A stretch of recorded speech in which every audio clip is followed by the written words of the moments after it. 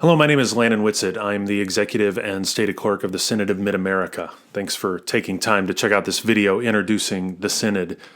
Over the last few years, we've received several requests for information about the way that we do our work. We've been able to do some really fun and creative and we hope faithful things on behalf of the presbyteries and church that we serve. And people have been excited about asking us how it is that we do what we do. And so when we share our process, when we share our governance model, people are always interested to know more. And so these videos are our simple attempt to share our story more broadly. All the information that I'll be sharing with you is found in our various governance documents, which you can find at synodma.org. One of the beautiful things about being Presbyterian is that not everybody has to do things the same way. No two congregations work the same way, no two presbyteries work the same way, nor do the synods of our church. To be sure, there are some stark similarities. There are some goals that we all have to accomplish according to the Book of Order, but the way that we go about our business is largely left up to each individual congregation or presbytery or synod. Given the way that the PCUSA has changed over the last decade, the Synod of Mid-America felt like it had a real opportunity to dramatically reassess the way it went about the ministry that God gave it to do. And in that reassessment, we asked a number of what we felt like were very important questions. We asked questions like, what exactly has God given us to do? What is the work we are called to? And if we can figure that out, what is the most effective and faithful way to use our resources to accomplish that call to ministry? How do we overcome the significant distances that commissioners often have to travel in order to do this work? Our synod is not as large as some, but it is fairly large from one end to the other. It is about 14 or 15 hours. Oftentimes a commissioner will have to drive between 4 and 8 hours in order to attend a meeting in Kansas City where our offices are. So our preliminary answers to those questions and some other questions led us to decide that the traditional governance model that we have been using for decades was not really an ideal model for the era of ministry that we found ourselves in now. We decided we needed to find a governance model that better suited our needs, and what we found was something called policy governance. Policy governance was developed by an author named John Carver, and a simple search on the internet is going to give you a treasure trove of information on the topic. And so I don't want to go into all that, but I do want to share with you about how the Synod of Mid-America has chosen to be guided by this model. At their core, both the traditional governance model and the policy governance model are trying to ask the same question, and that is the question, who does what? Who is responsible for what? How do we get our job done? What does the board do? What does the staff do? What does the session do? The presbytery? What does the synod assembly? Who does what? In traditional governance, the board, or in our case, the synod assembly, the board often acts as a gatekeeper to the staff's action. But because the staff is the one who are usually involved in the day-to-day administration of the organization, usually it is the staff who has an intimate understanding of what probably needs to be done. And so the typical process under traditional governance is that the staff will come up with an idea, and then they will spend time trying to convince their board to give them permission in order to undertake some action related to that idea. Now, you know as well as I do, this is often a very time-consuming affair, and it often results in effective actions being too late to have any real effect, and that's if permission is ever granted at all. Well, policy governance works differently. In an organization using policy governance, the quote work is divided between two parties, and those parties are named in the policy governance literature as the board and the executive. You know, in our case, we're talking about the synod assembly. So the board or the assembly is responsible for determining the vision and the goals of the organization. Conversely, the executive is responsible for accomplishing the board's goals. The executive is responsible for strategy and implementation. Put another way, the board, the assembly, spends their time answering the questions of why and of what. Why do we do what we do? Why has God called this synod or this congregation or this presbytery together right now? Why has God gathered us together? What exactly are we supposed to be doing to further the kingdom of God? So the board answers the questions of why and what, and then it turns to the executive and charges the executive with the strategy and implementation. The executive has to answer the question of how. How exactly are we going to accomplish the goals that the board, that the assembly has decided we need to accomplish? While different organizations using policy governance might have some different specifics in the way that they go about implementing it, most organizations share a commitment to the 10 principles of policy governance as outlined by John Carver. I'd like to share with you the way that the Synod of Mid-America understands these 10 principles. These principles have been edited to specifically use Presbyterian words, and they can be found in the preamble of our governance manual. The first principle is this: the Synod commissioners are trustees. The Synod commissioners understand themselves as trustees, serving the needs of the denomination and the region and the member presbyteries. Their responsibility is to be the voice for people who are not at the table. An important piece of the Synod commissioners understanding themselves as trustees of the region and the presbytery is that because there is an employed executive, the commissioners are not, quote, volunteer helpers serving the executive and staff. The commissioners can really spend their time answering the big questions about vision and goals, or to put it another way, the whys and the whats of the Synod Assembly. Principle number 2 is that the Synod Assembly speaks with one voice. The Synod commissioners, in taking action as the full Synod Assembly, speak with one voice or they don't speak at all. Now, this is not to presume that everyone is going to agree. There's not necessarily going to be unanimity in the decisions, but when a decision has been made, the Synod commissioners understand that that decision is going to be supported. Speaking with one voice ensures clarity of purpose and direction to the denomination, to the member presbyteries, and to the executive that has been employed to accomplish the goals that the Synod Assembly decides upon. Let's talk about those decisions. The third principle is that the Synod Assembly's decisions are policy decisions. Decisions regarding policy are decisions regarding values and the perspective that guide that action. The Synod Assembly makes policy decisions in 4 different categories.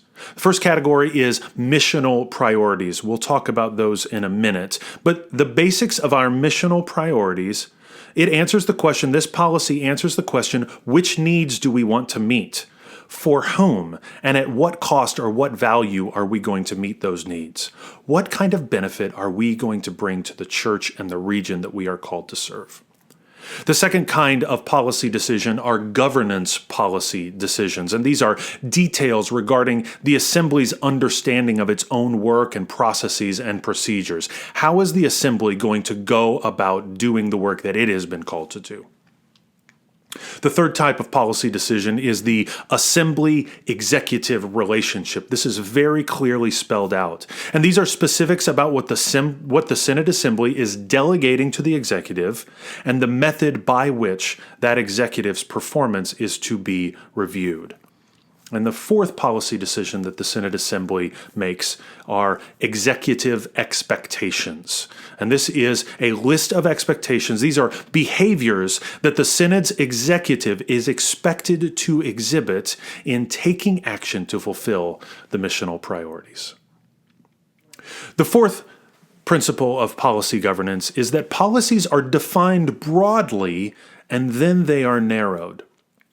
So the Synod Assembly first establishes very broad policies, and then they narrow them with subsequent levels of detail until it decides that it would be comfortable with any further reasonable interpretation of its policies. And then the ability to have those further interpretations is given to the executive. The fifth principle is that the assembly defines and delegates rather than reacts and ratifies. As we spoke a moment ago, typical governing boards are accustomed to approving plans that are brought to them by staff. This does a number of things. It obstructs staff creativity and agility, and it oftentimes weighs the board down in detail. How many sessions have spent hours approving copy paper? Am I right? So through its policies, the Synod Assembly makes clear what is and is not approvable. The executive and the executive staff already know what kind of actions they will be able to take because the Synod Assembly has defined those policies very broadly, narrowed them down. They know, the executive knows what will and will not be acceptable behavior and acceptable action. The sixth principle is that policies concern ends, not means. Our missional priorities are the ends of the Synod of Mid-America. The Synod Assembly seeks to engage the larger issues of what will be different in the lives of those people they serve, the ends. They don't want to engage in the ongoing activity of accomplishing that difference or the means. To put another way, as we said earlier, the Synod Assembly wants to be concerned with the why and the what, not the how. The seventh principle is that executive control occurs through limitation, not through prescription. So once the missional priorities have been established, the assembly sets the boundaries, specifically and in writing, regarding what means, what actions would be unacceptable, not approvable, or off limits. And this action is intended to create an environment for the executive and the executive staff of creativity and action. Principle 8 is that the Synod Assembly is responsible for its own activity. The Synod Assembly is responsible for determining its own priorities, its own behaviors, agenda, and relationship with the denomination and the member presbyteries. The executive is employed to accomplish the missional priorities. It is the Assembly's responsibility to do its own work. Principle 9 is that the Synod Assembly executive relationship is one that is empowering and safe. The Synod Assembly has the right to expect performance, honesty, and transparency from its executive. And the executive has the right to expect the assembly to be very clear regarding the rules and then to play by them, to fulfill its own responsibilities and to speak with one voice. No one should be confused about who can or cannot do what. Principle 10. Performance is monitored rigorously, but only against policy criteria. The Synod Assembly monitors performance based on the missional priorities and the executive expectations policies. Any information that is needed to determine performance will be provided by the executive as the assembly sees fit.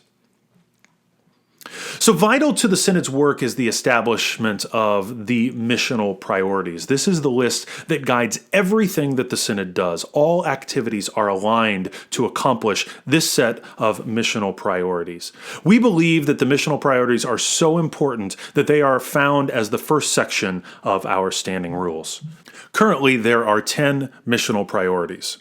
So when anyone asks us, what does the Synod do, we hand them our list of missional priorities. The first missional priority is this: that teaching elders serving within the first 5 years of congregational ministry, commission ruling elders, COM and CPM moderators, and presbytery moderators receive access to continuing education and support specific to their needs at a cost comparable to other continuing education offerings, and that they be given assistance and support in educating the church on matters of Presbyterian theology and polity. Priority 2.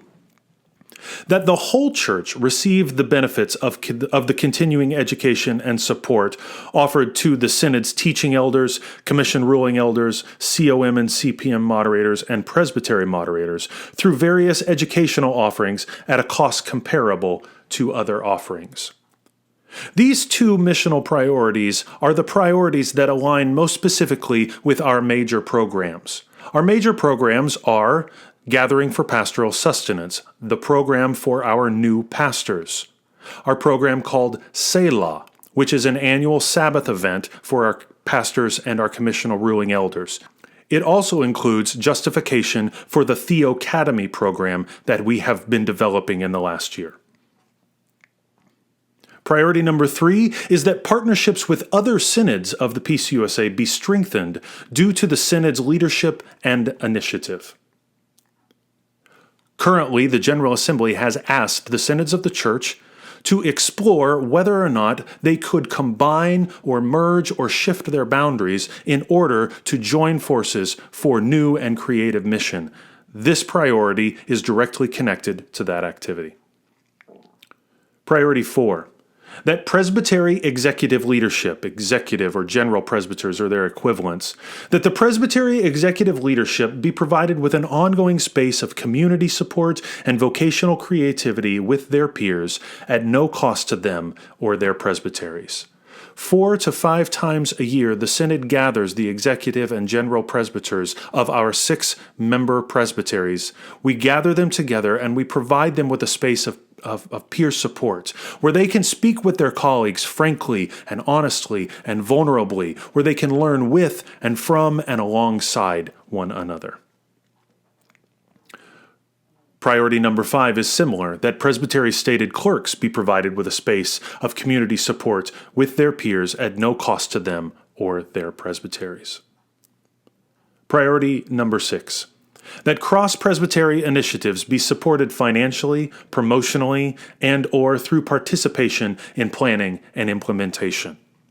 Oftentimes, a presbytery will have a wonderful idea to enliven the ministry of their region. And they will reach out and they will talk to a neighboring presbytery, and that presbytery will also get excited about that work. The Synod is now called to enter into that space and support that work, either financially, promotionally, or through planning and implementation. Whatever needs to happen, the Synod needs to work to make sure that the presbytery's ministry is successful.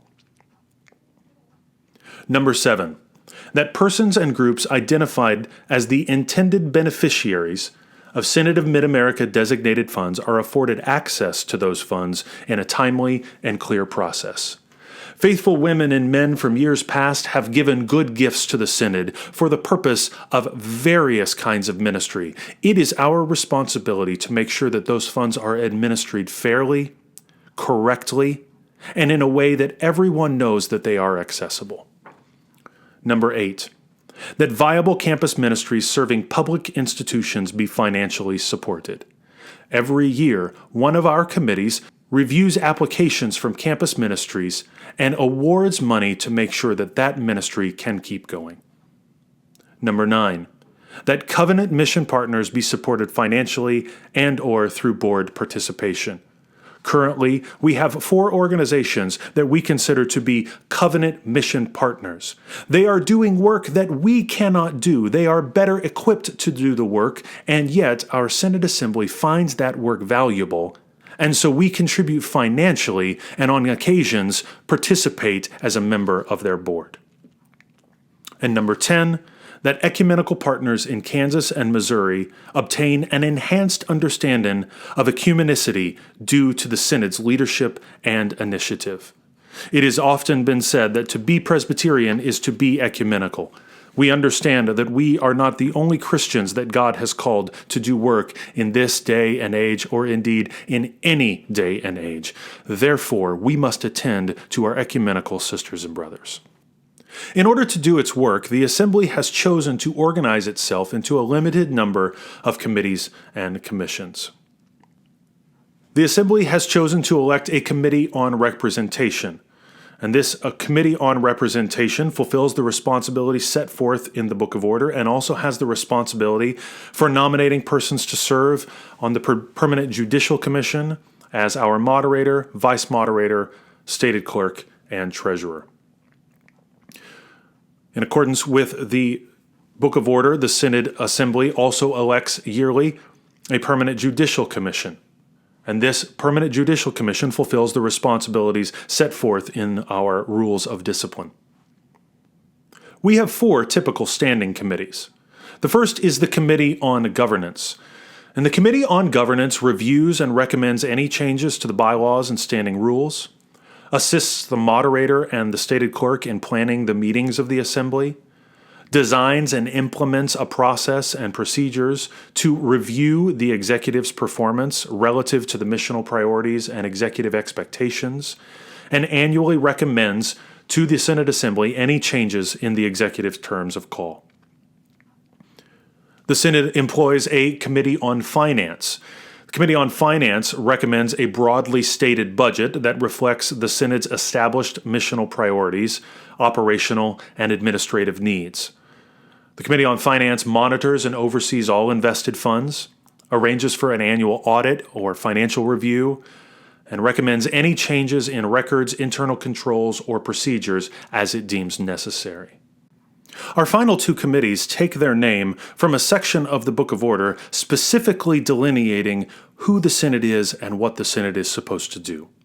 In G 30401, the Book of Order says that the Synod is responsible for the life and mission of the Church throughout its region, and for supporting the ministry and mission of its presbyteries as they seek to support the witness of congregations, to the end that the Church throughout its region becomes a community of faith, hope, love, and witness. Our final 2 committees are called the Committee on Presbytery Support and the Committee on Life and Mission. The Committee on Presbytery Support reviews and recommends changes to the Synod's missional priorities that specifically concern supporting the ministry and mission of presbyteries as they seek to support the witness of congregations.